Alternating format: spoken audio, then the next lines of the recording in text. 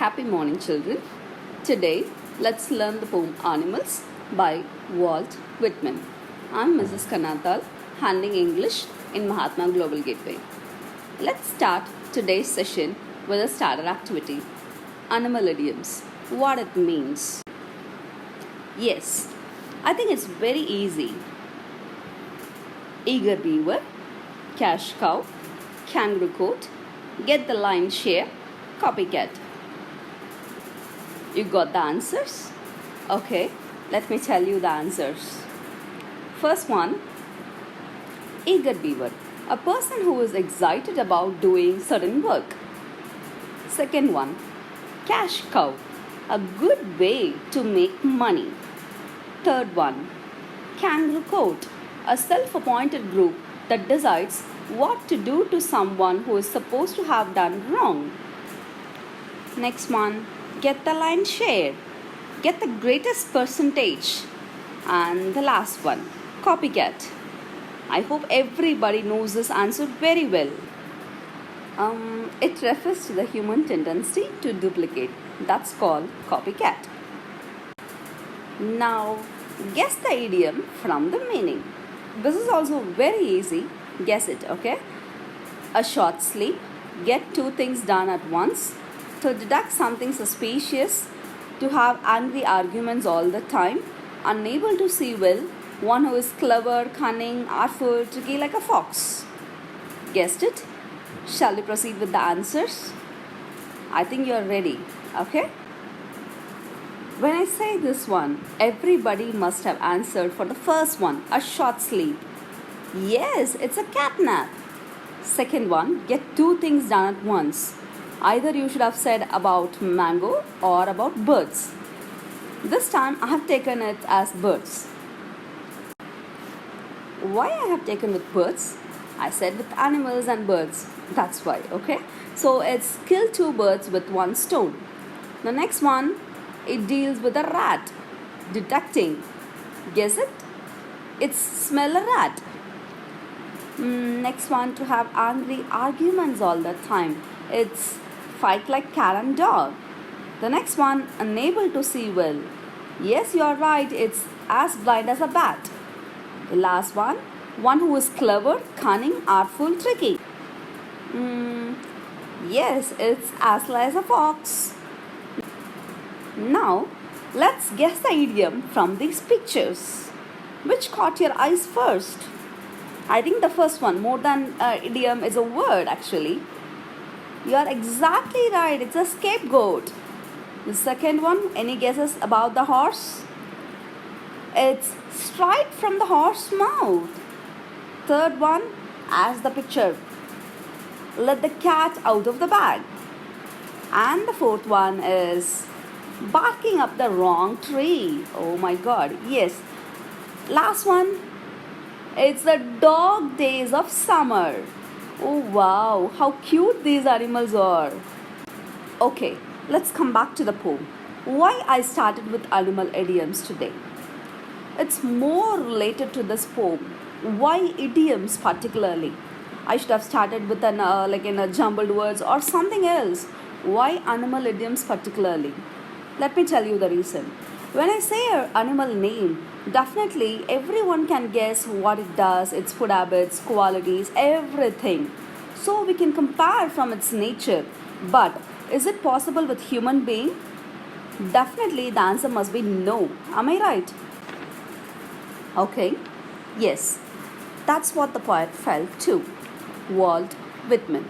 Let's see who is he, why he says so. Walt Whitman.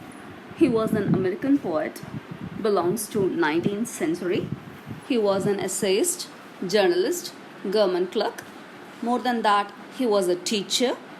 Some of his greatest works were Leaves of Grass, O Captain, My Captain. He was called the father of free verse. Free verse, what that means? Free verse. It means without a rhyme scheme. It's so easy, right? It's so easy now.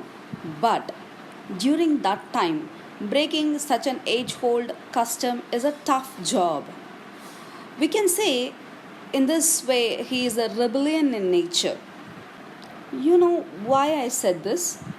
Not only he carved a style of his own in poetry, but he did the same in his social life too. That's why I said he is a rebellion. Okay, let's see what exactly he is saying in this poem Animals and why he loves so animals better than human beings. What kind of style he is following in this poetry? Yes, let's see that. Yes, let's see. Like the best poetry of Walt Whitman, the poem Animals is also written in irregular verse or the blank verse. This poem reflects Whitman's animism. It is the spirit of animals that are meant to reflect the truth in humanity. He respects animals because they have retained those values and tokens, which humans seem to have already lost. Okay, let's get into the poem and see how he expressed these in words, in his verses. Okay, let's proceed with the poem Animals. Let's begin with the first stanza. It goes like this: I think I could turn and live with animals. They are so placid and self contained. I stand and look at them long and long. Look at the first line. I think I could turn and live with animals. The poet wishes, the poet desires he could turn, he could transform and live with animals. They are so placid and self contained. They are so calm and they are self satisfied and they are not dependent on any others. I stand and I look at them long and long. I stand and look at them long and long. He wants to stand and just look at them for a longer time. He just wants to look at them for a longer time. So, the first stanza tells us the poet wishes that he would switch over his loyalty and faith from human beings to animals. He wants to live with them as he feels more comfortable in their company. Animals appears to be like in a more peaceful, independent, self-sufficient, self-contained. He is fascinated by them, and he also says that he stand and look at them for a longer time. So this is all about the first three lines. I hope it's clear. Let's proceed with the next three lines. They do not sweat and whine about their condition. They do not complain. They won't cry about their condition like human. They eat and they sleep. They have nothing to worry about. They do not lie awake in the dark and weep for their sins. They like human beings, they won't lie in the dark. They won't cry the whole night for what they have done wrong. They won't do like that.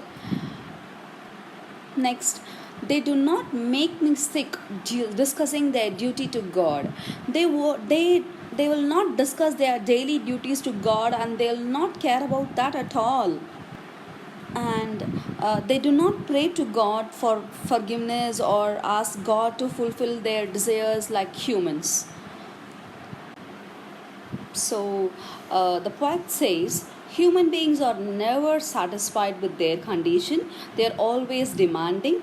Animals never worry about themselves, about their condition, nor do they never complain. They have a clear conscience. They enjoy a sound sleep at night. They never have to weep for their sins. On the other hand, humans suffer from guilty conscience. These mind deeds trouble their souls and they never enjoy sound sleep at night. They weep over their sins and misdeeds and shed tears on them at night. Human beings pretend to show their love and faith and duty to God. Animals never do such things. They never display their love and duty to God. Actually, such issues are meaningless to them. And this is what the poet says in these three lines. And we'll proceed with the last lines of this poem. Let's see the first line. Not one is dissatisfied. Not one is demented with the meaning of owning things. Actually, animals do not possess material things like humans, and they are happy and satisfied without all the worldly items. Not one kneels to another, not to his kind that lived thousands of years ago. Animals are free from the habit of praying to their ancestors. The poet says, like human beings, they pray to their ancestors, they kneel down to them, but animals don't have such habit. And not one is respectable or unhappy over the whole earth. When the poet says not one is respectable, he means that since all of them are equal and there is no question of respect for some and insult to other, thus animals are happy and uncomplaining. This is what these three lines mean. We'll see the detailed summary of these three lines alone. Here, the poet doesn't find even a single animal that may appear to be dissatisfied. There is no animal which suffers from the madness of possessing things like human beings. Like, on the other hand, humans are never satisfied. They are competing with one another in the mad race of material possession. That's what he means in these three lines. And then they never kneel down of his own kind to their ancestors like human beings. And if he says that there is every all the animals are equal and there is no question of respect between them, there is no insulting, nothing like that. They are happy and they are okay. So I couldn't get the same picture of the poem, so I've typed the rest of the lines. Let's proceed. So they show their relations to me and I accept them. They bring me tokens of myself, they evince them plainly in their possession. The poet expressed these in simple words, saying that they show their relations to me and I accept them. The way I behave to them, the same way they react back, and they bring me tokens of myself. They evince them plainly in their possession. They show them it plainly. They don't showcase anything else. They just show what they plainly possess. That's it. Here in these words, the poet feels that the animals represent human beings in some way. It means that the animal seems to have virtues like kindness, innocence, which human once they had, but we have lost everything now due to globalization or whatever it is. The poet says that animals are straightforward, they show their relations to the poet, and the poet responds to them positively. He accepts them as they are. They have retained all those virtues which the ancestors of the human race shared with them in the past. And the last two lines goes like this. I wonder where they get those tokens. Did I pass that way huge times ago and negligently drop them? I wonder where they get those tokens. The poet says that the poet wonders how these animals have such good qualities with them. Did I pass that way huge times ago? He is remembering that, oh my god, we had all those good qualities times ago and we have negligently dropped them without knowing. We lost all our good qualities, but these animals are bringing back all those good things to us as a token of love. So he stands in his point. Animals have all those good qualities. That's why he wants to be with the animals. He thinks that he wished to go back and live with them. Okay, let's have a vocabulary recap. Placid, it means calm here. He says that animals are placid, they are calm. Self-contained, it means self-satisfied, not dependent on others. Same way he is saying that animals are self-contained. Whining, he means that complaining here. Animals are not complaining. Demented, mentally sick actually. Kneels, bend down on knees. Mania, obsession, madness. Tokens, symbols. token of love, symbol, that's what he is saying. Events, that is to show. Let's see the poetic devices used in the poem. The poem has an uniform personification. Without any doubts, the poet said they, animals as they throughout the poem, so it's personification. The rhyme scheme is the free form, that is the free verse. And next, the alliteration. Stand and look at them long and long. LL, look long. They do not make me sick, make me yum. Wonder where they get those tokens. They, those tokens. So starts with the same letter, wonder where. So it's alliteration. And next is the metaphor. Sweat and wine refer to the cries and complaints of the human beings. The inner qualities of human beings are referred to as tokens. And next, assonance, use of vowel sounds, I everywhere, and then anaphora, I word used at the start of two consecutive lines. So these are the some of the poetic devices used in the poem. And next we'll see the main points, the summary of the poem. Okay, let's see the detailed summary, the main points of the poem again. The poet desires to turn into an animal and live with them as he is impressed by their calm and purity of their mind. Unlike humans, animals seems to be so content with their lives and they are happy in their natural surroundings. The simple lives of animals help them maintain their self-control and their rationality. He stands and looks at them for a long time. And next, the poet is quite happy with the fact that animals do not make complaints and will not cry about their condition like humans. They eat and sleep peacefully as they have nothing to worry about, while humans, because of their wrong actions, are unable to do so and they cannot sleep without worrying about them. While on the other hand, humans, even after committing sins, talk about God's and rightness. While animals are simple creatures, they do not need to worry about praying to God. The poet also says that animals do not possess material things like humans, and they are happy and satisfied without all worldly items. The desire of which has affected the human beings very badly. This desire to own things has been called madness by the poet. Animals are free from the habit of praying to their ancestors. When the poet says not one is respectable, he means that all of them are equal. There is no question of respect to someone and insult to others. So the poet feels that animals represent human beings in some way. This means that animals seem to have what human beings once they had. Virtues like kindness, self-containment, innocence, humble. They symbolize the lost values of human race. And he also believed that something like civilization or globalization has corrupted the human beings. Instead of teaching the values to them, it has taught them greed. He believes in that poem humans have dropped these virtues a long time ago and have forgotten them about at all. And these are the main points of the poem. A quick recap again. The poet feels more comfortable and at home with animals. He doesn't feel comfortable with human beings. He wants to move away from human beings and live with animals. Animals are calm and contented.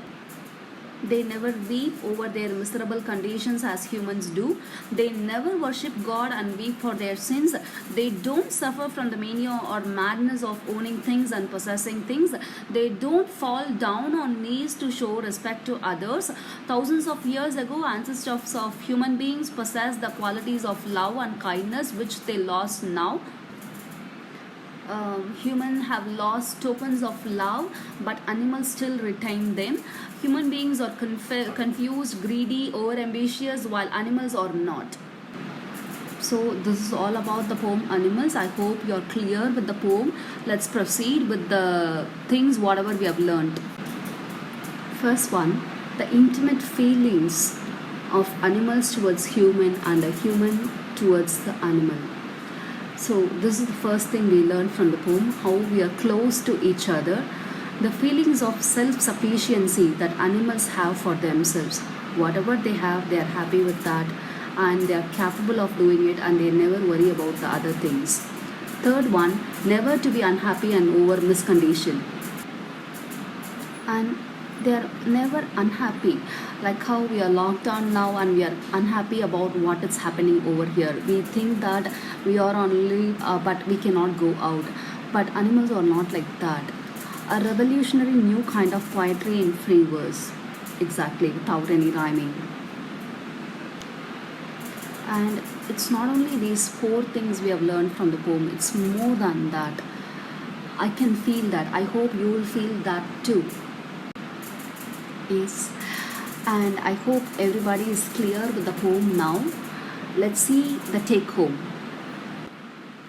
Yes, your take home for today, the Google 3D animals. Actually, some of you might have known this very well, but this is for the students who don't know anything about this. After learning about animals, it's really good to have animals at our home. Am I right? Physically, it's not possible, but virtually, it's possible now. It's good, right?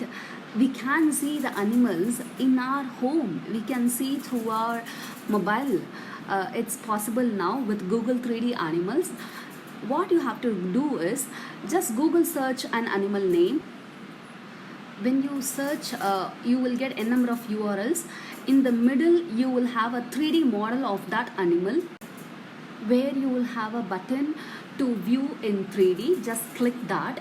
In an interactive screen, you will have that animal where you can hear the noise it makes. You can see it from all angles. You can rotate, you can flip, you can see everything of that animal from that animal.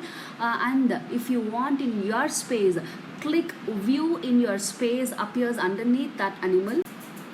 And that's it. You can see that animal in your home through your mobile. You can click pictures, even you can record video. In some mobiles there are some options. It's really fun. I want you all to try, because after learning about animals, it's good to have such animals inside our home, and it's really fun. Try it, okay? And these are the list of available animals in Google 3D now: alligator, fish, cat, dog, leopard, lion, tiger, turtle, wolf. I tried all those things. It was really great to have all these animals, and you can see these with you. And as you see, you can have a tiger on your hand, on your palm, and the tiger inside your living room. It's really great, right? So click pictures and see. And I want you to try these at home. Actually, this is not the exact take home of the poem. The exact take home is the feeling and about the learning about the animals, and this is an extra, okay? And that's it. Thank you, children. Thank you so much for joining me today. I hope it's very clear. If you have any doubts, please let me know. Thank you, children. Bye bye. You have a good day.